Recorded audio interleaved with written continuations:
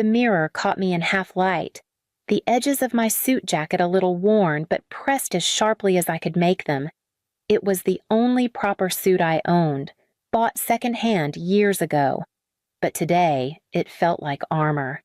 I smoothed the fabric over my knees as I waited in the lobby of Hale Manufacturing, listening to the faint hum of machines somewhere in the building. My heart beat faster with every passing second, but when they finally called my name, a strange calm settled over me. The interview wasn't easy, but it wasn't impossible either. Questions about my welding certifications, about safety protocols, about how I handled pressure. For once, I had clear answers. I spoke about late nights in training, about adapting quickly on the floor. I told them the truth that I wanted something steady, somewhere I could build a future without having to move every 6 months. When the panel nodded and exchanged small glances, I allowed myself the tiniest breath of relief. An hour later, I walked back across the parking lot, sun glaring against the hood of my car, and for the first time in months, I felt taller. They hadn't given me the job outright, but their words, "We'll be in touch soon." Expect good news still rang in my ears. I gripped the steering wheel, imagining the look on Mom's face when I told her. She'd pretend to act surprised, but I hoped I might see a flicker of pride beneath it. On the drive home, I rehearsed the conversation in my head. How I'd start with the small details, how prepared I felt, how confident they seemed, and then save the good news for last. I pictured her setting down her phone for once, maybe even smiling, by the time I turned onto our street. My chest was full of anticipation, almost enough to drown out the faint unease I'd learned long ago never to ignore. I parked at the curb, straightened my jacket one last time, and walked toward the front door. That was when I noticed something strange about the upstairs window. The curtains were drawn tight. Even though Mom always left them open for the light, I pushed the door open, the sound of my heels against the hardwood echoing in the stillness. The house smelled faintly of coffee and disinfectant, as if Mom had just cleaned. I called out, trying to keep my voice bright. "Mom, I think I nailed it. They said to expect good news." No answer. I walked down the hall, the nerves of the interview still buzzing through me, until I reached my room. That's when I stopped cold. The door, my door, had a shiny new brass lock on it, not just a replacement knob, but a deadbolt.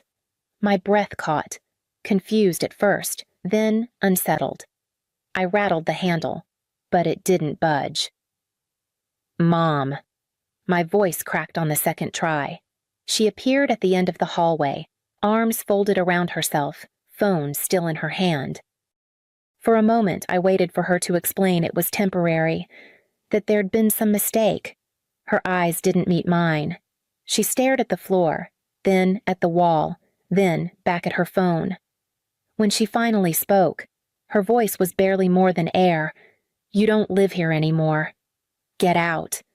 I blinked, as if maybe I'd misheard. "What, Mom?" A voice behind me cut through. "Look at the parasite. Folks. Caught live." I turned and saw Evan, holding his phone high, streaming to whoever would watch. His grin was wide, desperate, like someone putting on a show too big for the stage.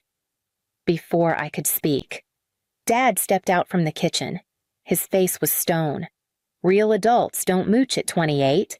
Corinna, time to grow up."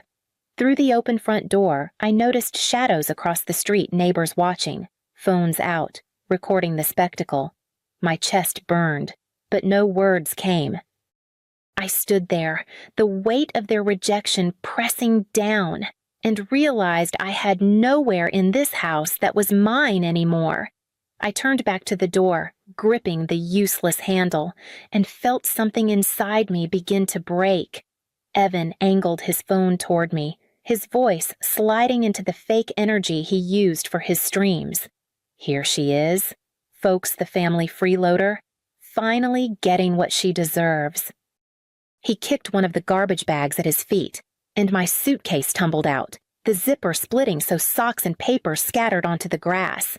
His laugh was sharp, but behind it I caught the nervous edge of someone desperate to hold an audience. I bent down, gathering what I could, my hands trembling but steady enough to fold the clothes back inside. Each time I reached for something, Evan narrated like it was sport. "See, she's really leaving. Guess adulthood came calling after all." Neighbors stood frozen across the street, some whispering, some filming. I didn't cry. I didn't beg. I placed each piece carefully in the trunk of my car, as if deliberate movements could keep me from unraveling. Victor came down the steps then, his jaw tight. Without a word, he threw a set of keys at me. The edge struck my cheek with a dull thud before clattering to the driveway. "Take your junk and get out," he barked. "You're not our daughter anymore." I rubbed the spot on my face, then bent down to pick up the keys. Evan was still streaming, waiting for some meltdown. Instead, I slid the last bag into the trunk, closed it gently, and walked to the driver's seat. The street blurred as I pulled away, the sound of Evan's voice fading behind me. I drove without direction, the streets folding into one another until the familiar glow of Lena's apartment complex came into view.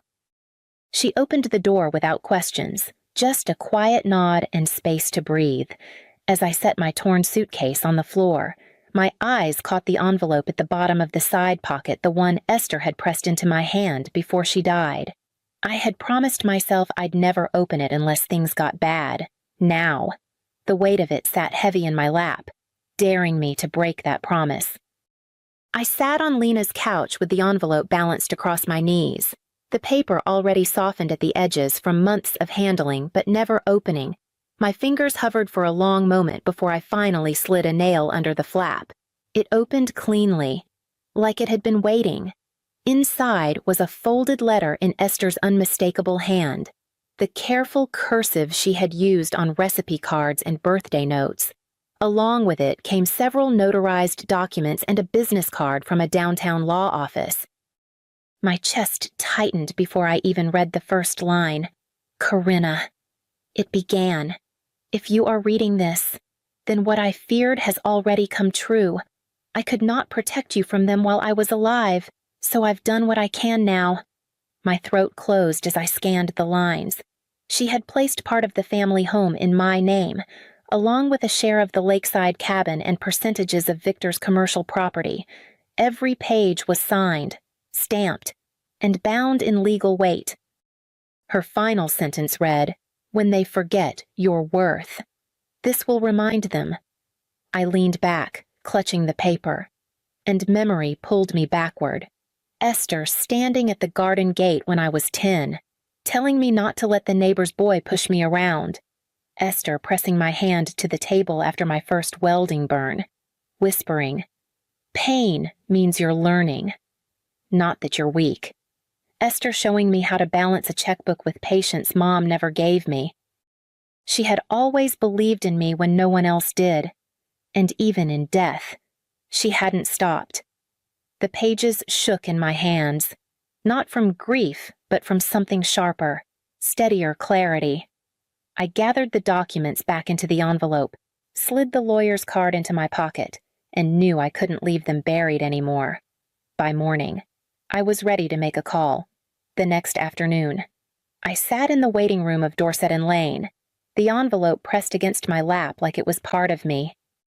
The building was old stone, ivy curling up its sides, the kind of place that looked built to withstand storms.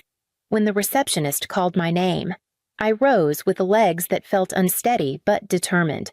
Mr. Dorset's office smelled faintly of leather and old paper. He was gray-haired, deliberate in his movements, and when he extended his hand, I caught a flicker of recognition in his eyes. "I remember you," he said softly. "Your grandmother brought you here once. You carried a red sketchbook. Wouldn't put it down." I managed a small nod, sliding the envelope across his desk. He took his time, opening each page carefully, reading line by line with the precision of someone who had built a career on details. My pulse thudded with every turn of the paper.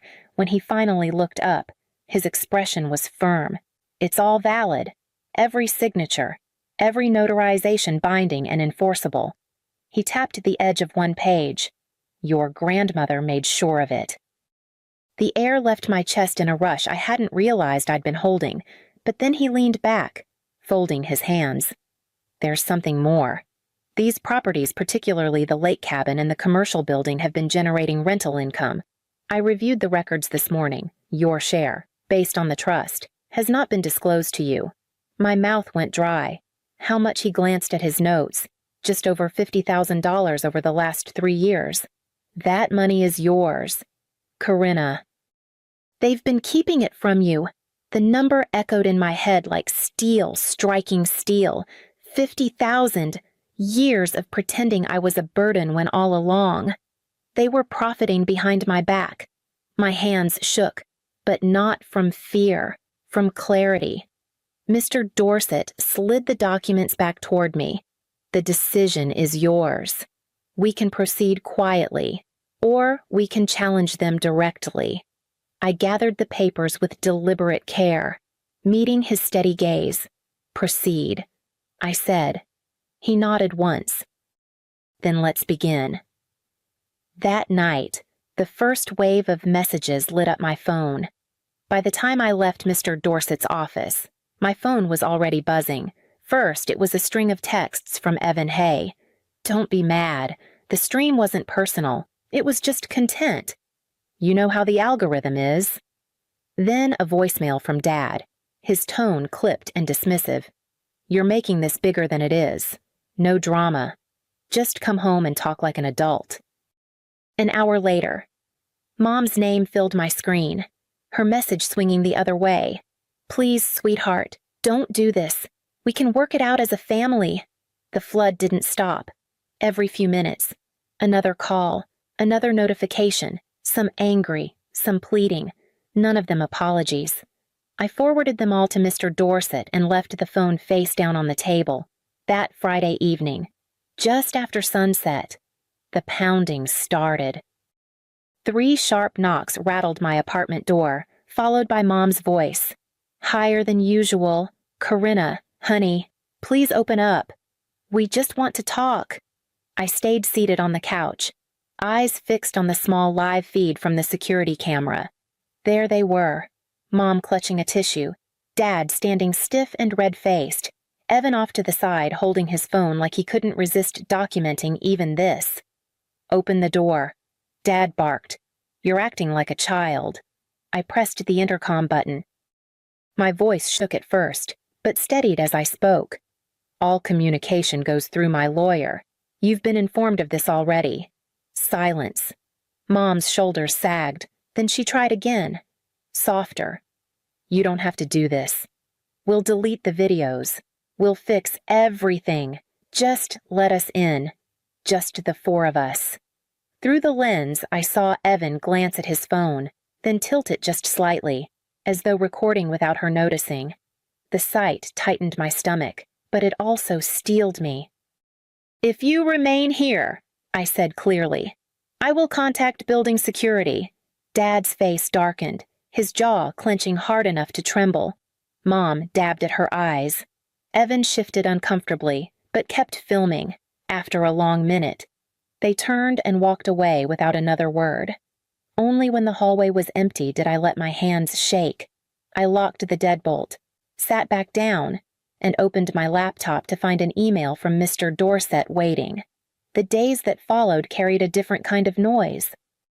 Evan's channel, once a steady stream of manufactured outrage and shallow stunts, began to fracture. Clips of my eviction circulated out of context, then back in full, until even strangers online were asking why he thought humiliating his sister counted as content. Comments piled up, sponsors quietly withdrew, and his follower count started to sink. His voice online grew louder in response, but the desperation showed.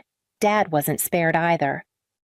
When the banks reviewed property documents for a pending loan, the trust surfaced. Without my signature, his leverage collapsed. A client pulled out of a project days later, citing instability. I heard about it only because Mr. Dorset forwarded the notices with quiet efficiency. For a man like Victor Hale, reputation was currency, and now it was depreciating fast. Mom's messages shifted with the tides. One morning she texted, "I can't sleep knowing you're angry at me." That night, "How could you drag us through this?" The next day, "Please, sweetheart, I'll do anything if you'll just talk to me." Guilt. Then blame. Then bargaining cycling so quickly it blurred into static. I kept my phone on silent and reached for a notebook instead. The first line came slow, but then they kept coming. Not rage, not revenge, just observations. What silence revealed, what their words masked, what I had mistaken for love. Esther's voice returned to me as I wrote, not in sound but memory. She had once held my hand after a fight with Evan and said, "They'll call it betrayal when you stop letting them use you.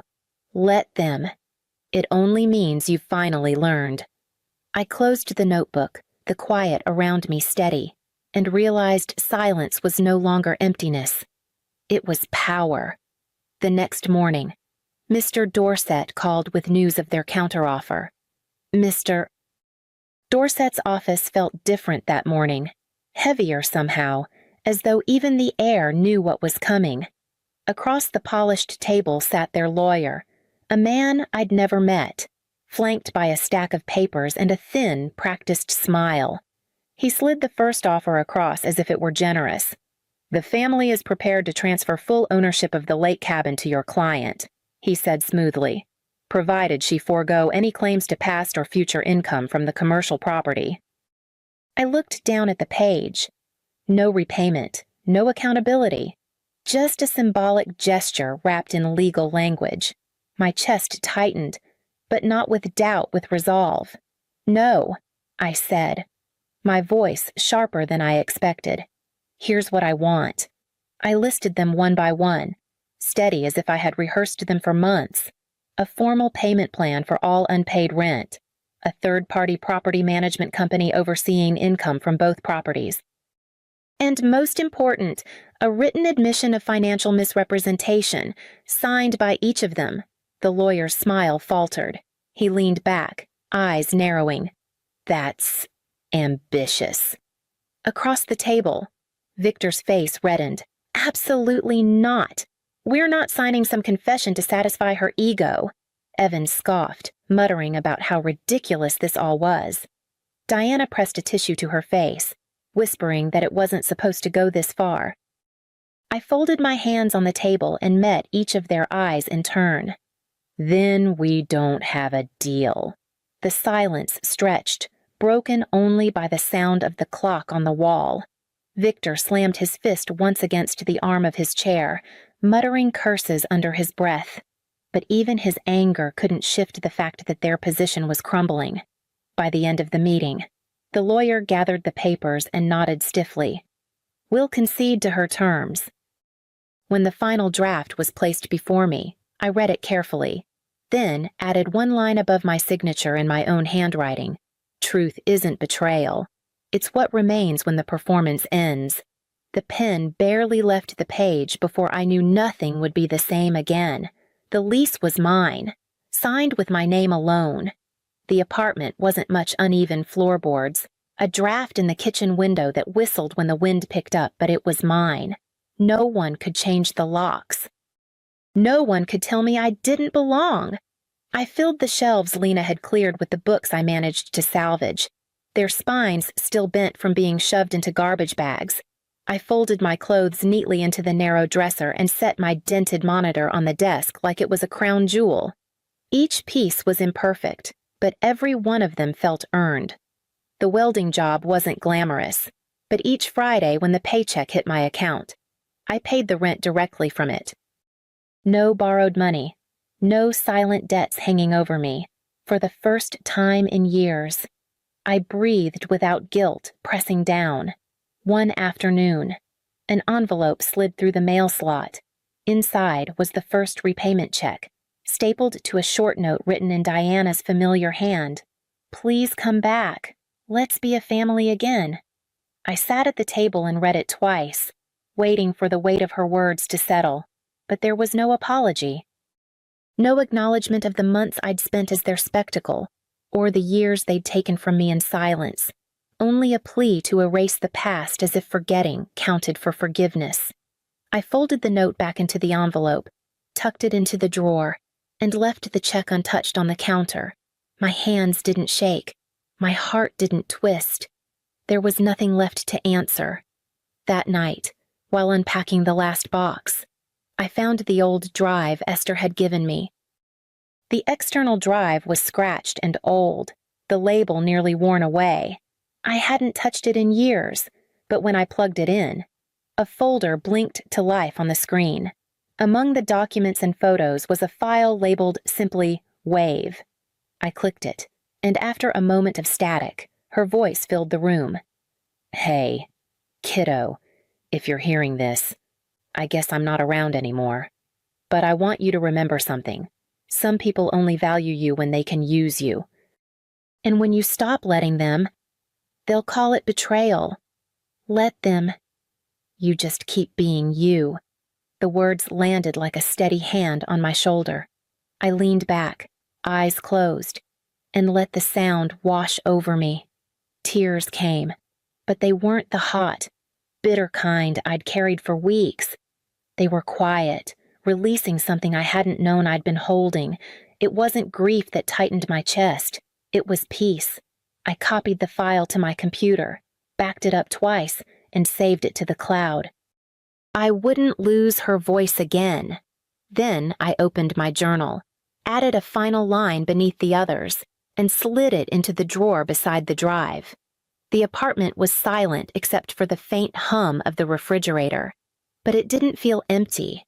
For the first time in my life, the space around me belonged wholly to me.